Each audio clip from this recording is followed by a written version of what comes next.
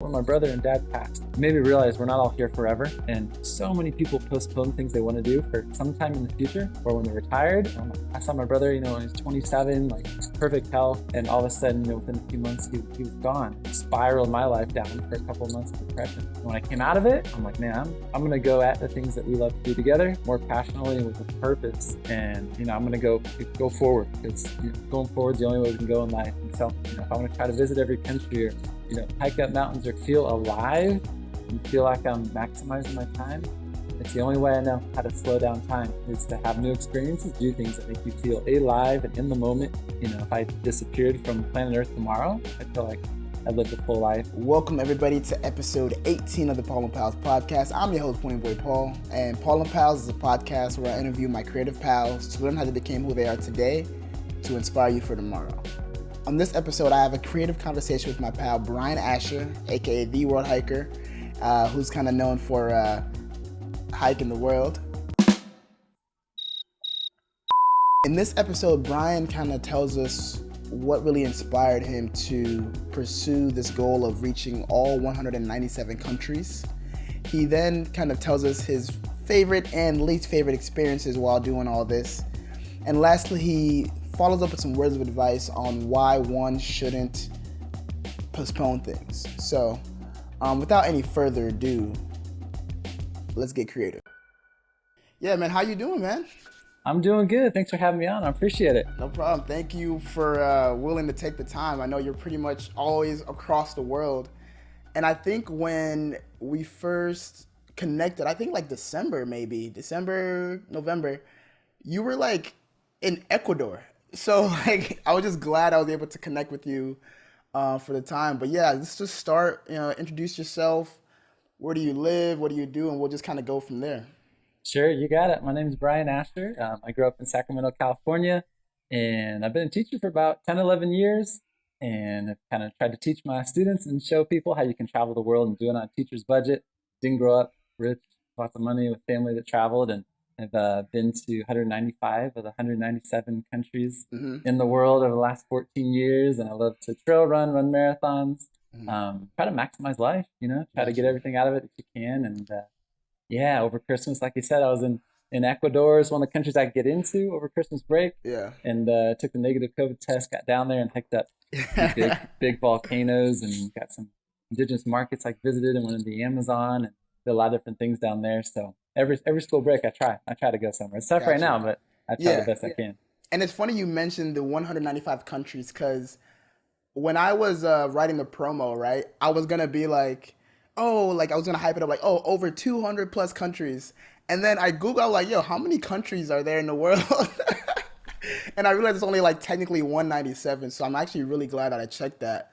But before we get into your traveling, because that's something that you've kind of done pretty much in the last couple years, can we talk about like kind of just growing up? Like, what was your lifestyle like, your childhood? And let's go from there. Sure. Yeah, I grew up in Sacramento. Grew up in the suburbs of Sacramento. Played 3 sports, played soccer, basketball, baseball, went to aunt and uncle's houses in state, didn't really travel at all, didn't camp at all, didn't run at all. Never imagined going to other countries really because it wasn't part of my lifestyle. And kind of normal growing up, played 3 sports in high school and got a scholarship to play some baseball in college. And then once I stopped playing baseball in college, man, I got too much free time. I'm way too active to just sit around, and I saw some of my friends kind of getting fat and eating pizza and drinking beer. And that lifestyle just didn't quite fit for me. And so my brother talked me into working at a summer camp in Colorado.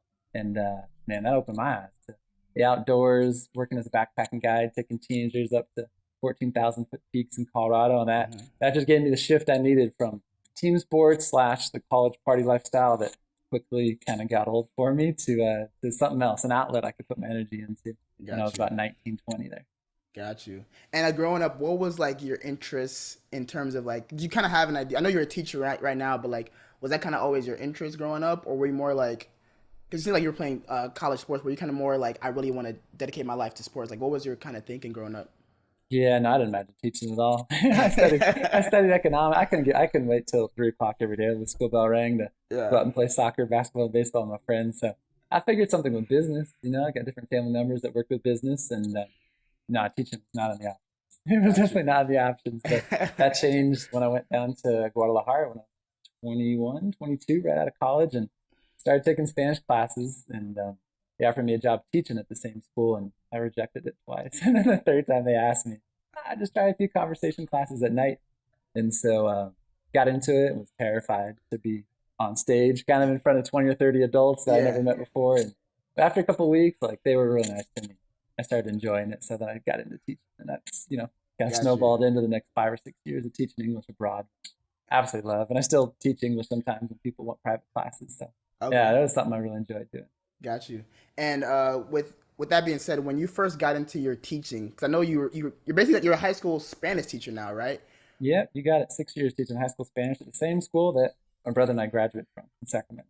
Okay, that's really dope. And now that you were fluent, and I know you were kind of traveling, like what was your first traveling experience like? Was it like to a Spanish speaking country and you kind of like, oh, I really like doing this, or how did that go? Sure, yeah, first time out of the country. 21, senior year in college. Went down and did a trip to Costa Rica solo. Couch surfing is where you can stay for free. It's an online community. Some people think couch surfing would be dangerous, but some people think it might, be a good idea to save money, and that's what I went for. So you stay with a local family or someone that's registered online, Hmm. and stay for free. Was terrified. Had like four kind of gates led into the door when I got there at this Yeah, local family's home in the capital, Costa Rica, and they treated me well. I didn't speak much Spanish at the time, but it was exciting, terrifying. I mean, all the emotions kind of packed into one. I don't think I slept at all the first couple of nights, but when you have something that makes you feel that alive, you yeah, either hate it or you love it. And for me, I hated it a little bit, but I loved it like 90%. So I got wanted you. to, feel more of that excitement of being abroad. That was my first time, 21 years old. I mean, I'd never really left the country. Tijuana doesn't count when you drive down for, Yeah, 3 hours or something. So yeah. that was really the first time. And I was like, man, I got to taste some more of this and see what it's like. So I can that, relate to that just that. kind of broke me in. I can relate to that. Actually, one thing I was able to do while I was in college is, travel abroad every summer. And one of my summer trips was actually to Costa Rica to live with a family. And like you said, I was kind of scared because, like, they speak Spanish the whole time. It's not like they're speaking English, it's Spanish the whole time. And so I was able to get by. I'm not fluent like you are, but I can, I can speak, más o menos, you know what I'm saying? But so I kind of want to talk more into like, you had this first trip. It was very beautiful. You enjoyed it. It made you really switch your mindset, right? But I want to know, like, is that what made you be like, oh, I'm gonna go to every single country in the world? Like, where was that pivot coming from? Yeah, that took a long time to come. So that Okay. first trip, senior year in college, then after that, I realized that I wanted to go abroad after school because I couldn't afford to do it abroad. A lot of people, my brother did two abroads during college. It was part of his tuition. He was on a full ride.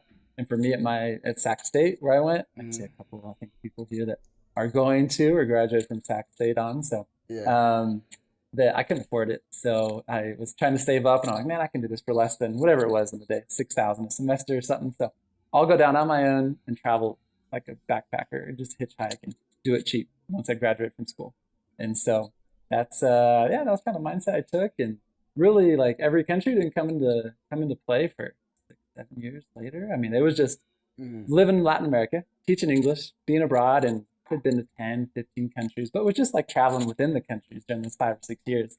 And then when I came back to the US and I realized I had those 3 months of vacations a high school teacher does instead of 2 weeks, then started wanting to go places every break and didn't even count them, but they started adding up. got So it you. started adding up like 20, 30, 40, 50 countries. And then what, 2, 3 years ago, I realized I was at 90. And I started meeting people that were going to every country. And it was really a couple friends that I met along the way that were like, I'm at 160 or 170. And like, wait till you get to West Africa, wait till you get to Central Africa, wait till you get to the Middle East. And, you're going to see what you're really made of. And so I just started thinking, man, I've been to the easier countries. I wonder what like the harder countries of the Yeah. world to visit would be like. So that kind of got me curious. Got you. Okay. Easy and harder countries. Let's talk about that. So, what would you define as an easy country and what was a hard country for you? Sure. Western Europe. Western That's Europe is easy or super hard? easy. Okay. Yeah, you were saying about going to Spain and things like those Yeah. countries are easy. I mean, not to like knock them. I mean, it's great. I mean, Hmm. everyone wants to go to Western Europe. There's a reason why Italy and Spain and France and England and Scotland have visitors and they're safe and you see 15-year-olds taking trains by themselves, Yeah. like those are easy countries to visit because lots of people speak English, they're safe, transportation. I mean, like it's more of what we're used to. Yeah. And then harder countries, you could probably guess what some would be, but we'll say like the Yemens and Saudi Arabias and South Sudan and the Congo and countries that there's a ton of red tape. It's way different. Security might be an issue. Maybe there's no infrastructure. Maybe you don't know anyone that's been there. Yeah, there's definitely like the world in thirds for me. There's the third everyone goes to, the middle third, which I love, and the third where if you're going to every country in the world, you'll visit the last third. Otherwise, like don't start with countries in my mind 120 to 197. Like start with something easier for sure. Yeah. And let's talk about that because I remember during when I was catching up with you earlier this week, you had mentioned something about like those places that you're supposed to be scared of, right? And you kind of mentioned that there are places that are like not the easiest to travel. So could you kind of go in more detail what you mean by those places that you still wanted to go, even though they might not seem like, they're safe to go? Sure.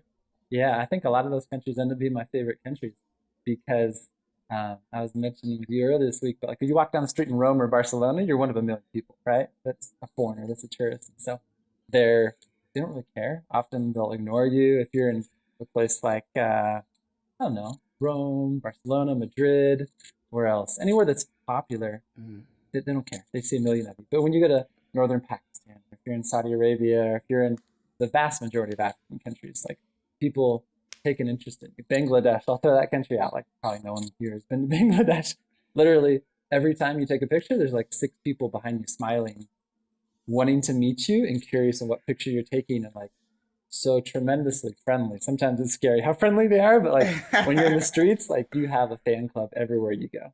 And so, it's just night and day when you go to countries that no one goes to or supposedly more dangerous or less touristy countries compared to countries where there's a billion people that go there. And either they're trying to scam you, they're ignoring you, they've seen a million of you, they're tired of you, like, whatever it is, it's just really an authentic experience when you go to places that have fewer visitors.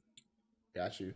And have you had any? Because I mean, you're saying it like they're all friendly, but have you had any like bad experiences? It seems like it's all been kind of pretty rosy and good. No, there's a lot of rough experiences. I'm a positive, upbeat, optimistic person. Gotcha. And you have to be that way. But yeah, when you're going, I mean, I went through 41 countries in Africa in a row without leaving the continent, and 41. I mean, 41. There's 54 countries in Africa, so I'd been to 13 before, and then went to 41 in a row 2 years ago. I took the year off teaching, and I mean that will bring you to your knees. it will bring you to your knees when you're at Borders and they pull you behind a shed and you're the only white person in the bus, the only foreigner, and they're gonna bribe you or try to talk you into why you can't cross over the border. And I mean, and it happens time after time after time. Gotcha. So, do you have a memorable one that sticks out right now? Oh man, I remember. I think it was close to Nigeria. It was going between like Benin and Togo and Ghana there. Shout out Nigeria. Yeah, no, Nigeria was great. In Lagos there, I stayed with a friend that I met online, and so I stayed in Lagos. Lagos is a fun city, and Nigerians are really fun. And he told me, and I think it's true, and I think you embody it, is that Nigerians are kind of the most enthusiastic, upbeat, proud of their culture. Yeah. They have a lot of things going for them, and they know it. Gotcha. And so it's the country in Africa. You said they're really handsome too, right? Like really like and good looking. Yeah. Good looking. But like just like you got your flag behind you, right? They're proud of their culture. Yeah. And the guy I stayed with there in Lagos, he was the same thing, man. He was like all about Nigeria, and I loved it. Gotcha. He was very proud of it. That's so an example of like going through borders. I mean, I remember going through the Sahara, which probably most people know goes about 7,000 kilometers, like almost 4,000 miles from east to west or west to east, though. And so. I mean, I was sitting there in buses with like, 5 people per 2-person bench, and just sitting there with gas tanks in the middle. There were people sitting on the gas tanks, and the windows cracked maybe a half an inch. It's probably 130 degrees, 125, 130 degrees, and they'd have the windows cracked, so the sand doesn't come in the windows, and you're just sitting there just sweating your guts out. I mean, like in my mind, I always tell people, it's like you just gotta like power off. You gotta shut yourself down. You're gonna go crazy on a 16-hour day like that. They might not let you out to use the bathroom. You might get pulled out at checkpoints where the police are going to pick on you because you're the only foreigner in the bus and ask you what you're doing and follow your documents, pay them to let it get into the next zone in the country. So, I mean, going from like Mali to Burkina to Niger, those countries are brutally tough. Yeah. They're really hard. So you just mentally, man, you better find some some zone or some good vibe to stay with, because those are brutal days, and Got you. you got to be positive and upbeat. But yeah, day in and day out, I always tell people, you love the 1 hour you see the pictures of, but most people probably would hate the other 15 hours, honestly. Mm, I mean, in the harder countries, because it's a lot of work. yeah. It's a lot of effort to do it, and like, yeah, it's a lot of effort to do it on your own and do it on a budget.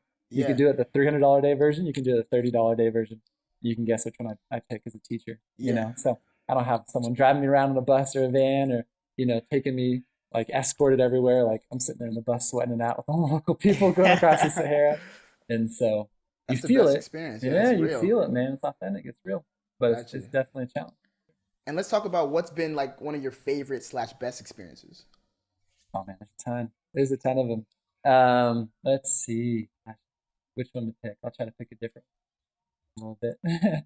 Vanuatu is a little country that's over in the Pacific, kind of above Australia, kind of near Indonesia there. Hmm. And so I have several friends that have worked in the Peace Corps. Peace Corps is where you serve for 2 years, and you either work with education or environment or agriculture or health. Hmm. And so I had a friend working there in the Peace Corps, and so I got to stay with her and her host family there in Vanuatu. And it's just a little remote village. They put Peace Corps volunteers in places where there's no other foreigners in that city. So I got to stay there, and they had this kind of becoming of a man ceremony where this boy had been off in isolation. It sounds weird, but for like Yeah. 3 weeks with a grandpa or with some like an elder in the community, Yeah. and came back into the community. And so they sacrificed 6 or 7 pigs, everyone dressed up. Like it was a day of dancing and kind of celebration, and just the costumes, the colors, like this explosion of color, and being the only other foreigner there besides friend who's in the Peace Corps. You just get moments like that where you get to see something that no one else sees, no one else would ever see, because there's not a calendar of festivals or events or something Yeah. for foreigners to go to. That's So true. Yeah. I mean, that kind of thing just happens over and over. I've had a lot of magical moments along the way. Got you. And there's kind of two things I want to address that you mentioned recently. As one, you mentioned traveling on a budget, which is a teacher's budget, obviously, and then two, you also said you took I think about a whole year off. Yeah, So can you kind of like take us through that experience and how that's been like, or what sure. that was like? Yes, I taught English abroad, where um, by U.S. standards, you make very, very little teaching abroad generally. And then I Hmm. came back and got my credential, and have been teaching high school the last 6 years. So most people probably realize that teachers make less than the average in the U.S. So if you're in the U.S., it's not a high-paying job. I do realize that many people in other countries make less, and so I don't take it for granted that when I come home and I hear teachers complaining in our staff meetings, I realize that many people working really hard, Mexico or Brazil or Colombia, and making way less in general in Hmm. dollars. So I don't take it for granted. But yeah, that being said, have never had a trip or anything given paid for. My parents have not paid a penny for anything I've ever done, and so I've had to be smart. And there's kind of two ways you can do it. You can look at it on how much do I spend when I'm going, and how much do I save when I'm living day to day. And I try to do both pretty well. So I think people only think about the first one, like, oh, how much do you spend per day? Yeah. So if you hop on Airbnb or Booking, you can find places to stay probably 90% of the world for under $20 a night. And that's cheaper than almost any hotel in the US. So Mm. I try to spend very little when I'm going. I eat street food, I take local transportation. I have friends, contacts, I stay there. And I almost never do tours. So on the spending side, I try to stay within a region as well, and spend little. And then on the saving side, when you're at home, I mean, in the US, people spend money on all kinds of stuff. I don't drink coffee. I don't really drink alcohol. I don't buy expensive clothes. I don't buy expensive cars and things. I just really value and prioritize travel and experiences over Yeah. stuff. And you can call that a minimalist. I think a minimalist in the US has a lot of things that we still have as far as possessions compared to, I've been opened up to how people live in a lot of the world. So when I turn on the tap water, I'm grateful because I picture people in the Congo carrying jugs on their heads for, 5 miles a day. So there's a lot of things that we take for granted in the US for sure.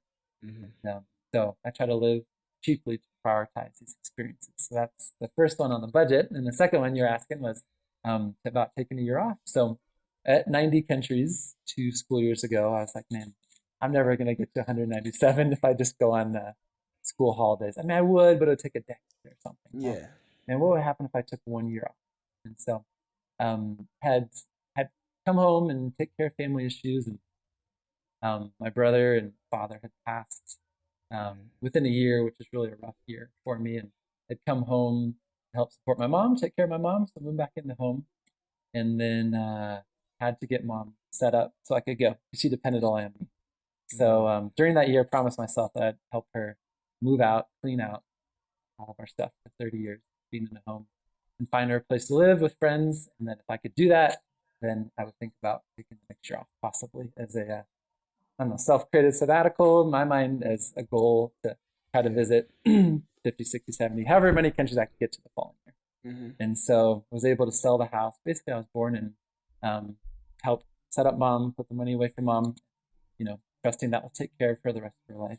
And went and asked for a leave of absence the next day with the principal at my school, which I was pretty nervous about doing because I thought he's like going to say, no, you can't do that. You're done. Like, good luck. Find a job when you come back. But he said, Spanish will be a requirement the year you come back at our high school. So odds are we'll be looking for 1 or 2 more Spanish. Okay. So we'd love to have you back. It's been great to have you the last 5 years. And get the paperwork. I'll sign it for you tomorrow. I'm like, I was gonna quit either way. So I was like, man, that's great. If I can come back the next year, basically not guaranteed, but almost guaranteed a job back, then that gave me some comfort knowing that I could come back literally a week before school started or less and jump right back into a job. So I left 2 days after school started on my birthday, June 11th, 2 school years ago, and took a carry-on backpack with a drone, a GoPro, and like 4 t-shirts and 2 pairs of pants, a pair of shorts. Not much. I mean, minimalist stuff. And a little terrified to take on the second half of the world with the harder, more dangerous, scarier countries. And had a general ballpark in my head of how I do it. Caribbean, Pacific, Central Asia, Middle East, Africa. And then, whatever I had time for after that. So was gone exactly 14 months, literally 4 days before school started. I came back the day before meeting started and went to exactly 100 countries that year, which blew my mind away, and was left with 6 left when I got back. Wow. And I mean, that's a nutshell version of it. But I mean, every day is like a full-time job. I just put in the same energy I put into teaching into trying to get into every country in the world, because visas, paperwork, contacts, WhatsApp contacts, other travelers. Like, I mean, every day I was just on the grind, just going at it, trying to make it happen. Wow, that was a lot, man. Man, that's a lot to overcome right there, and still have that passion to go do what you really wanted to do. And like when you were, because I want to know also when you kind of established a world hiker persona, but when you were dedicating yourself to this 1 year of just traveling everywhere, like the rest of this uncharted territory, was your mom, was she like, oh, that's fine? Or was she like kind of very worried? Because it seems like it was like more of the dangerous countries, right? Yeah, I think I broke her in pretty early. So when I was first going, I mean, I kind of hitchhiked and took buses from Sacramento down to Colombia. So I think at that point, I mean, that was when I was like 23, maybe after my first year in Mexico. So at that point, I think mom and dad learned to trust me. So my mom's really good. Actually, she does not worry almost at all, and she actually researches the places where I go and wants to learn about them, and like has in fact tell me rather than be careful or don't do this or don't do that. Like she tells me like, did you know this, and this about where I'm living or where I'm going to in Colombia? So she's really good on it. I'm grateful. She doesn't throw a lot of fear my way. We know kind of people's thoughts and opinions can affect you, and so she doesn't throw a lot of fear my way, but just encouragement and support. She loves learning about it. That's really good. Shout out. And then I also want to ask, when did you establish you were the world hiker? Like, was that something like in the idea you had, or was that kind of part of your 1 year sabbatical trip? Like, where did that come from? Yeah, the year before I left, in my mind, I was cranking away, thinking about planning this and getting everything ready and sold and stuff. So thought it would be interesting to make a website. And I was talking to my students. I think my students probably gave me the idea, like, hey, you like to travel and you like to hike and do the outdoors. Like, those are the 2 things you're always doing. And so why don't you figure out some way to combine them? And so I think I threw out a couple of ideas to one of my classes. I was like, world hiker. Yeah, that sounds pretty good. And like, it's not registered. The domain name's still available. So I just seemed like it kind of meshed the two things I love to do, which is running outdoors, hiking. I mean, I love the outdoors. I'm working a given week. I'm all going to the mountains and stuff. And then, basically the 3 months off of school every year, I'm in another country almost every day. Not every day, but the vast majority of it. Yeah. And so it just seemed like the way to do it. And they're like, hey, if you're going to go, you might as well share. I never really used Instagram that much or made a YouTube video. And so by no means am I an expert at it, but I enjoy sharing and kind of showing what it's like really. I think Yeah. there's a lot of people. That's fine. I got friends that do this too, but like will pose in really cool outfits and things and kind of make it look glamorous. And like, I don't know, I wear 4 t-shirts for a whole year, so you can tell that I'm not that glamorous of a person. So I try to show a little bit of the reality of it and Yeah. not make it seem overly perfect when you're in a country that, half the country maybe people that are just seriously looking for food. I'm not going to lie and say that it's picture perfect and that, Yeah. I'm sitting here posing, just relax and do things. So, I'll try to bring a little bit of a light to the situation and show some reality to it. Yeah, I saw your YouTube. I think it's the World Hiker, and I think what I really liked about it was like it was a very like genuine like day in the life of, which is kind of really cool to see because I think that's really the best way to learn about a country, to like know what am I gonna experience versus what you might see advertised on like a billboard or a website. So I definitely think you're doing a pretty good job with that. And I was gonna ask you, do you kind of have an idea of what your next spot? Because you said 195 out of 197. So where are the two remaining countries? Yeah, that's a question everyone asks me. North Korea and Taiwan are the last two. Oh, so And that might take so, a okay. no, it's all good. I mean, that's like Yeah. the obvious, like, what are the last two? I should have mentioned that right off the bat. So, literally, Thanksgiving 13 months ago, I signed up on a tour. You go to the DMZ, which is the demilitarized zone between North and South Korea, and you go, it counts. It's not the way I like to do it, but you can go to the Blue House. It's technically in North Korea. Step across, you go like 10 yards, 10 meters into the country. Yeah. And that's the only way Americans can do it because we've been Ah. banned from North Korea because college student several years ago took a Yeah. propaganda poster off the wall, died because of trauma or mysterious reasons, and the Yeah. U.S. kind of has banned Americans from going for the last 3 straight years. So that's the way several friends have done it. It's not ideal. I was signed up for that tour every single school break in the last year. It's been canceled because of health issues. And so Taiwan's a piece of cake. You can walk into Taiwan normal year on COVID life and Yeah. visa free. I got a friend that teaches English in Taipei. So if I had literally 3 days, I could finish. But I've had to be patient for the last year, obviously, as we haven't had 3 normal days in the Gotcha. world in a while. And what's your goal? Like, cause I was kind of thinking, like, now that you're pretty close to that 197, do you feel like once you reach that, do you have any plans, an idea, or are you kind of just gonna keep traveling? Like, it doesn't matter. Like, what's kind of your reasoning? Yeah, that's a good question. I mean, there's a lot of places I'd love to go back to. I always mention like China or Russia or Mexico, Brazil, India. These were the world's like biggest countries. There are 20 countries within one, or 100 countries within one. I mean, there's so much to see. If you've been to Sichuan and Yunnan province in China and the Great Wall, like, have you seen it? Have you really experienced China? I mean, Mexico, I've been, lived here several times. I've actually been to all 31 states in Mexico. But there's still places that I go. I'm like, man, I never heard of that place. Like last weekend, going to a place with all these waterfalls and like spectacular. And like I never knew about it until a month or two ago. Yeah. And so yeah, there's a lot to see. I don't imagine stopping it. I mean, I might transform kind of the way I do it. I've gone pretty hardcore and pretty budget and pretty solo, which makes for a lot of long days. But and I think I like to go, with friends, with we'll see if it works out Yeah. to be married or have family or how things will shape up here. But for now, that's been the goal for the last few years, is to get to everyone.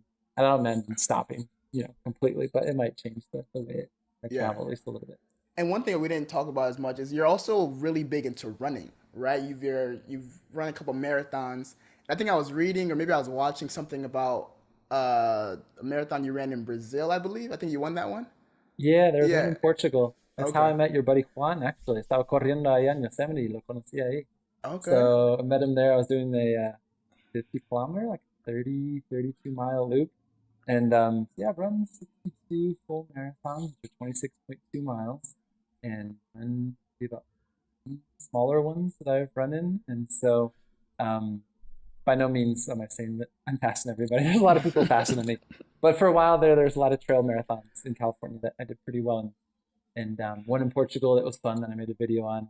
they called me a Brazilian on national TV, which probably made me as happy as winning the marathon, honestly. When they called me Brazilian, Oh, Brian really? Asher on national TV in Portugal, and past the guy who's a former Olympic marathoner in Portugal. Slight That was flex. past his prime. Past his prime. Let me say very Okay. much past You his ain't gotta prime. add that though. Just say it. Just like, yeah, I beat the Olympian.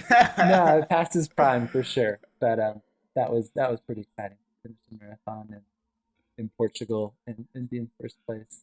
And where I met your buddy Juan, which I see his comments there, was Yeah. running. Anyone who's been to Yosemite, one of my favorite places. But you go up the Mist Trail, goes past Vernal, Nevada Falls. I went up past Half Dome, the Clouds Rest, came back down, and then I met Juan, your buddy who connected us at Yeah. Glacier Point, and 28 miles in or something. And it was snowing at that point, so it was. I think they were a little I think surprised to see you're one in I think you shorts and a told me you were wearing t-shirt. shorts. Yeah, Yeah. if you're moving, 35 degrees isn't bad. Obviously, if you're standing still, it is. But Uh-huh. Gotcha. I think you might have frozen on mine. Do you see it? we all good? Okay, I think you're back now. Okay, I think we're back. Yeah. So And yeah, I love running. I try to encourage my students, especially right now with COVID, to get out, to stay active. I mean, I don't know. I admire people who show self-discipline and kind of self-starters that are able to do things right now more than any time in our lives. I think it's a time where hopefully I can encourage people to get out there and stay active. I still run 10K every day, basically, like 5 or 6 miles every day on the weekends. yeah. Go out and hike peaks or snowshoe peaks. Down in Mexico as well. Been down visiting a little bit. Gone up some 17, 18,000 foot volcanoes. So, yeah, stay active. Try to stay active all the time. Got you. And I was gonna ask about that. I think oh, they're saying there's no sound. Can y'all hear me? All right, we all good? Yes, sir. Audio's Sound better? sound check. Yeah. I think we're good. But yeah, we had some questions come in while we were waiting. How many days? So from Michelle, she says, how many days are you spending in each country? How do you appreciate places when you're in and out? When you're So in and quick. out so quick. Okay. Yeah, that's a good question. So for the first 90 countries, I mean that was over 13 years, 12 years. So I felt like I did pretty good justice to most of those places on a school break, usually of a week, 1 or 2 countries, summer, maybe 5 or 10 countries. The 14 months was definitely fairly quick, but a lot of the places, I'll give an example, like Nauru, the smallest country in the world. I ran around it once, it was 12 miles, and I took a motorcycle around it 8 times. I was there for 3 days. So some of the islands you can see a lot in a short period of time. And some of the African countries are countries that where infrastructure is a little bit harder to get around. Honestly, like the capital or near the capital is kind of what you could do safely, I felt like. Um, so every country is very different. Let's say Yemen, I could only go for a day. Russia, I felt like 4 weeks was barely scratching the surface. I mean, there's like 10 time zones in Russia. So it really varies on the country. Countries that I want to see more are more outdoors, kind of like my lifestyle. Nepal, for example. I mean, I was there for 3 weeks and didn't want to leave.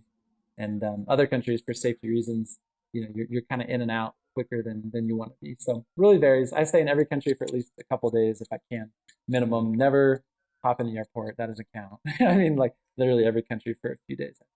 Got you. Okay. And I think we had another question come in from Juan. It said, "What is it more like planning, or are you kind of freestyling?" I think you kind of mentioned that a little bit. Yeah, that's a good question. And I do this constantly. It's going with ideas of places that I've usually pinned on Google Maps that are places that I've researched, I've heard of. But then I go, and when I talk to local people, I will scratch my plans immediately for whatever local person tells me, wants to take me, wants to show me, wants to invite me. That will obviously, like, I will change my plans immediately for whatever local person tells me. Because Yeah. some blog post or what someone's written online is great, but if a local family is going to take me to the mountains with them, then forget what I was doing. As So long I'd as they're say not it's a trying to scam combination you. of both. Yeah. You got to be a good judge of character. I think I've messed up a couple of times, but Mm. pretty good about getting a feel for if someone's wanting to help you out or if they're looking for something. And yeah, you got to have that like character judgment that hopefully you get better and better, kind of street smart as you travel. Yeah, you got to be optimistic, like you said. I had another question. Okay, this one is more financial from Carl. He says, "What is the biggest piece of advice for saving money on strictly transportation costs when going abroad?" Sure. Transportation, I'm assuming the flight to get there or within the country when you're there. I'm Or I assuming could talk about both. both if Yeah. you want. So the flight, I mean, that's always the big cost, especially if you're, let's say, working in the US or Europe or somewhere and you have a week or 2 weeks vacation. The flight's a hard one. I mean, I try to fly often. Tuesdays and Thursdays are cheaper days. I always take layovers. Sometimes you find mistake deals. There's whole like travel hacking blogs and posts and things, and those are helpful. But the flight's always going to be the big cost. So it's a huge one. When I'm within the country, I can do it really cheap. That one, I feel like I'm even better at than finding like mistake fares is local transportation. I mean, for Mhm. sure. Sometimes rental car is what you're going to do, but if you can take local buses, mashrukas they call them often, like vans that fill up when you get to a street corner in like Central Asia. I think African countries are always like that. Like I want to say Nigeria, same thing. Like if you show up, sometimes when the car's full, they'll go to wherever the next town is. And so, I mean, it's time or money. Usually, you don't have both. Yeah. So you want to spend more money, you got less time, you're gonna have to eat it and get a rental car or driver. If you got more time, you can go how the people go, and you can go with local transportation. And I try to do that as much. Got you. And that actually makes me a question coming to mind too is the fact, obviously you're the world hiker, right? But I'm assuming you've probably been to all 50 states in the US. Yeah, I've been to Gotcha. all 50 states in the U.S. and all 31 states in Mexico, and I've done a lot outdoors and hiking in the U.S., Yeah. especially the western part of the U.S. because I grew up and lived in California. Okay. So I was gonna ask, what are your favorite places within the US? Like, where would you recommend somebody they have to check out? Sure. I mean, I worked in Colorado for 3 years as a backpacking guide, so I think I planned for people's trips to Colorado this fall for them to be able to check out the fall colors. And I mean, I've taken hundreds of people up the 14,000-foot peaks in Colorado. I love it. I mean, that's probably one of the most spectacular places in our country. Gotcha. Southern Utah, Northern Arizona, I love. That would be Bryce, Zion, Arches, Canyonlands. The Grand Canyon's fantastic. I ran across it again this fall for, excuse me, the second time. Met a friend in the middle of the canyon, traded keys, and then drove vehicles the opposite direction so we can only go one way instead of two ways. So Yeah. that made it a, 24-mile a day instead of a 48-mile a day. I love the western part of the U.S. I mean, I like the outdoors, so I'll say the Rockies in Colorado, Gotcha. northern Arizona, southern Utah, northern Washington's really pretty with the Cascades, up kind of above Rainier and up that way. So Right. I'm a fan of the mountains. I'm gonna watch this back and take notes. We got some more questions coming in. So Steve says, based on everywhere you've been within the US, could you see yourself living where besides the US could you see yourself living permanently? Living permanent, sure. Yeah, I've lived in Brazil and Mexico for the longest. I also lived in Colombia, Uruguay, and Bolivia. I love Mexico. I feel really at home in Mexico. I love the people. I love the foods. Obviously, speaking Spanish makes it a little bit easier being Yeah. down here, being able to communicate with everybody. It feels like a second home. I could fly home right now in 4 hours and be home That's quicker true, than yeah. I get to Houston almost, like from Sacramento. So, you can go home, you can go down to Mexico, you can go, wherever you are in Sacramento, go to Mexico City, you can get down to Cancun, you get down to every part of Mexico basically in, 2 to 6 hours. So I love that. And Mexico. feels like you're close to home. I think Yeah, Western Europe, you feel comfortable, but I'll throw out Mexico as a country that I could definitely see living in. got you. That's dope. Yeah. Questions are rolling in right now. It says, what country/region would you recommend for first-time travelers? Sure. Yeah. So um, Western Europe in general is the easy to say, but it's not the cheapest. So if you're looking for a good place to go, and I always recommend for my students, like Western Europe's a great place to start. Italy, France, Spain, Germany, Austria. If you want a little bit cheaper countries, move your way eastern in Europe. Move your way east, right? So Hmm. Western Europe is more expensive than Central Europe. It's more expensive than Eastern Europe. So if you want to still be in Europe and kind of have the safety and comfort of lots of young travelers, then Western Europe's popular. Central is a little cheaper. Eastern is less popular and even cheaper. So I Mm, like I like going to Eastern Europe. I mean, but that being said, I love Latin America. So I Latin wouldn't throw America. out, countries like Mexico or Brazil or Costa Rica, Yeah. Puerto Rico, Jamaica. I mean, some of these countries are really friendly with foreigners. So they're close and you can get cheaper flights as well. Gotcha. You want to make me get fluent in Spanish ASAP, You man. got it. You got it. There's 20 countries to speak it, man. Everywhere you go to the Yeah. south, you got to know some Spanish. For real. And And okay, let me ask, what is the favorite mountain that you've climbed? Favorite? Good question. Um, I just went up Cotopaxi in Ecuador, which is the highest mountain I've ever been at. That was 19,400 feet, and I was suffering. I was only there for 3 days, which is not that much time to acclimate. Acclimate is where you get used to the altitude. So yeah, you get into Quito, you're at 9,000 feet. I went up a 14,000 foot mountain the first day, 17,000 foot the second day. Third day went to the mountain refuge, and the fourth day, not really the fourth day, the third night, you wake up at midnight. You don't really sleep. You just take a nap for an hour or two, and got up for sunrise because the mountain's a lot safer at night. You want to get up there for the sunrise. The ice and the snow is compact. There's a lot less issues, avalanche issues, and things. That was a spectacular one. I just made a video on it on YouTube a week or two ago on Cotopaxi. So highest one of my life. I'll throw that one out. I was just up there a couple weeks ago. 19,000. That's crazy, man. That's a mile higher than Mount Whitney, right? Which is the highest peak in the continental U.S., which is 14. So Wow. 19 is over a mile higher. Got you. Another good question from Harneet. He says, "How about food? When traveling to new countries, how do you navigate the food scene? Did you find yourself at more?" Y'all love writing paragraphs for these questions.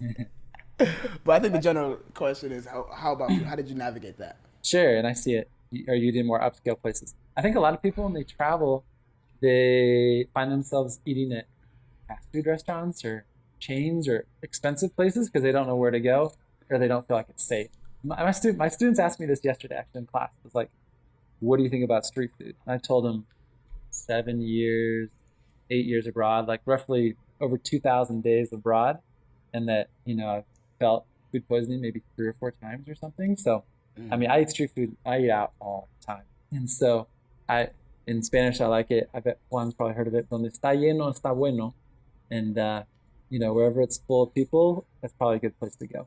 Okay. And so you look where the locals are. If the locals are eating there, si es bonito, barato y bueno, then if it's good, cheap, and good looking food, then I try to go there. And I mean, my mom taught me to eat everything. Thankfully, that's a blessing that I don't complain. I never say no. I had cuy, which is guinea pig, twice in Ecuador, for example. I had on Christmas Day, which was a little weird, not picturing my pet when I was 6 years old, on my plate there. But yeah, pretty much ate everything, and I do not eat at fancy, expensive Western American chains. I avoid them. Like, why would I spend $6 at McDonald's when I could, go down the street from where my friends are and, have huge Mexican meal for $3 or $4 or something. Got you. Yeah, no, I don't eat at fancy places at all, and have not had too many problems with street food and food in general. Got you. Oh man, this is coming in. Okay. Oh, this is a good. I don't know if you know. You're going to be biased here, but the country with the nicest people. Nicest people. Good question, Jake. Man, there's nice people everywhere. Nicest people. Let's see. I'm gonna throw out India and Pakistan and Bangladesh. I think those countries, for me, jump out. I mean, literally every country I've met people, but those countries, like, they're ultra friendly. I think I've mentioned in all my classes I've taught that in Pakistan for 3 weeks, like, I basically didn't spend $1 because every day people. I have a friend, Drew Binsky. He's got 2 million more followers than I do on YouTube, but he made a video called "Why Is Everything Free in Pakistan?" And the same thing can be said for, I think, that region.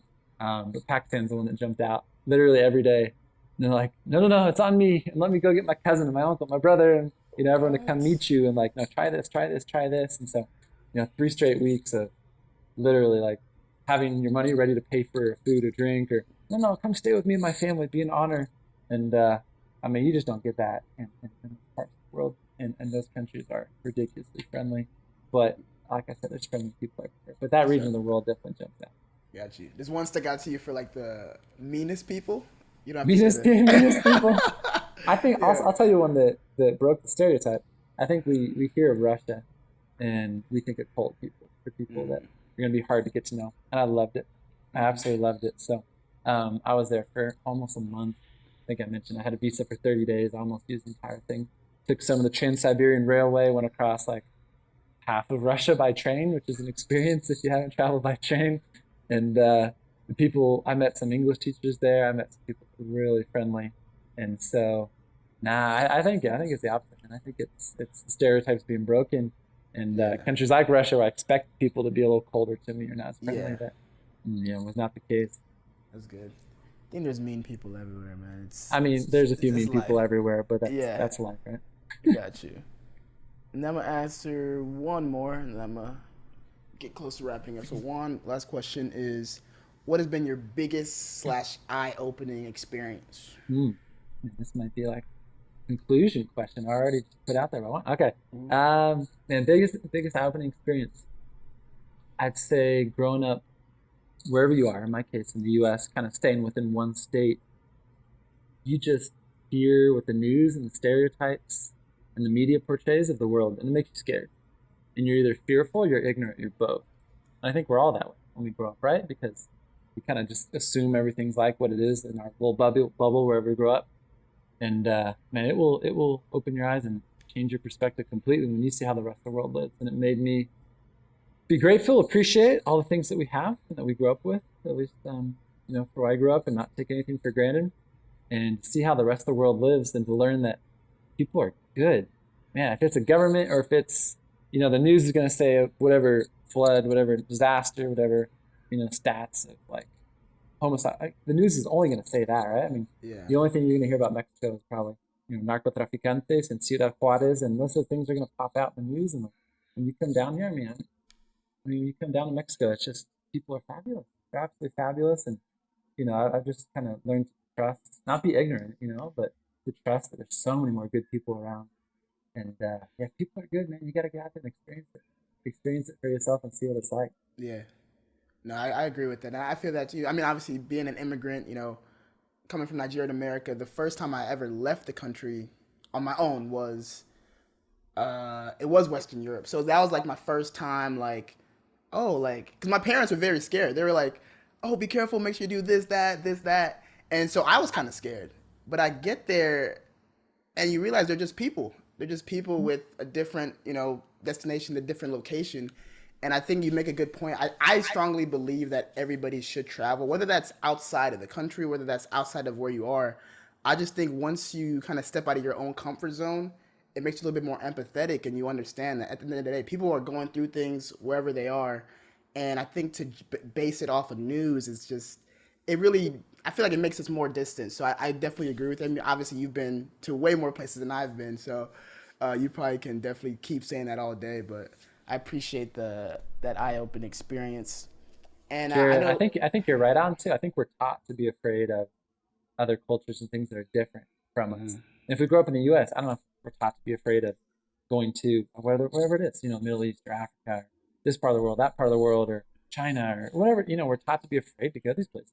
When you go, people are living, they're loving their families, they want to work, they want to provide, they want to have food, they want to laugh, they want to be together. Like, have so many more things in common than you think.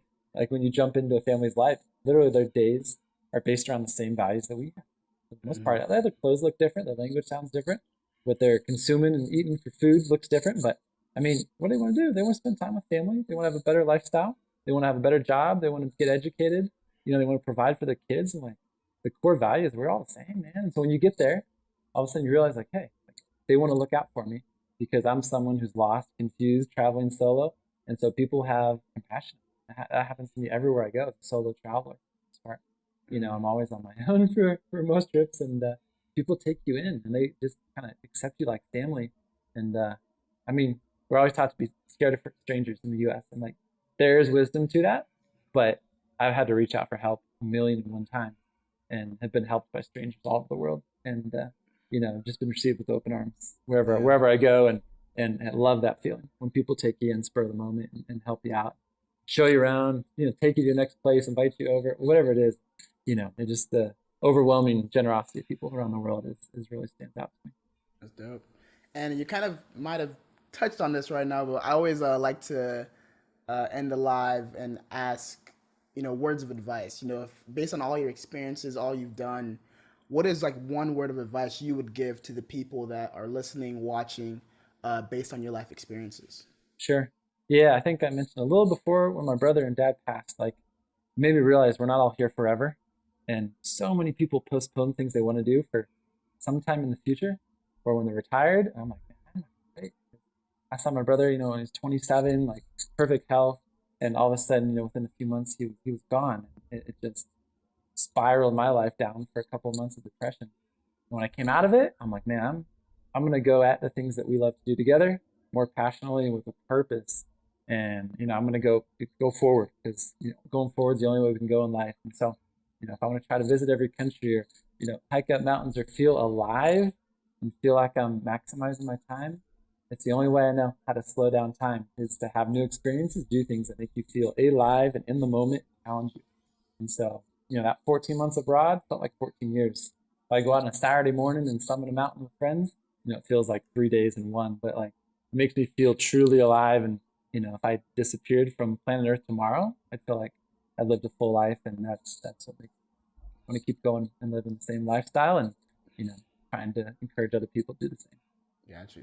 Now, I completely agree, man. I love that, you were able to have that, positive mindset. Obviously, it's still a feeling that's always going to be there, but I'm really happy that you've been able to change that and make it what you are today. I'm really excited. I love your content. I love the messages you give. So I really appreciate you once again for joining this live. I think everybody really enjoyed you willing to share your time, your answers to their questions. But I'm gonna let you go, and I'll wrap it up with the rest of the gang, and then we'll catch up later. Thank you so much for having me. I appreciate it. Thanks for your show, putting all the work in, and man, happy to share. All right, man. I'll talk to you later, man. All right. Peace. Take care. Peace. Thank you guys for tuning in to another episode of Pol and Pals. Hope y'all enjoy that episode. If this is your first time listening or watching, please subscribe wherever you listen/watch. We got some great content to come, and I'm really excited for the show to grow. And if you want to help me grow, I would love if you guys would share this with somebody that you think could resonate with an episode or podcast as a whole. And you guys might have noticed I'm also rocking some fresh, hot new Pol and Pals merch. And this will actually be coming soon, but if you want to be the first to hear about it, subscribe to the newsletter, and you can find that in the link in bio, the show notes, the description. From the people that subscribe, I will actually be giving out a discount code so you guys can get it for the low. If you guys want to stay up to date with me, follow me at Ponyboy Paul. Focus more on the show itself, you can follow that at Pol and Pals. And that's all I got, man. So just a reminder, remember to stay creative. Peace.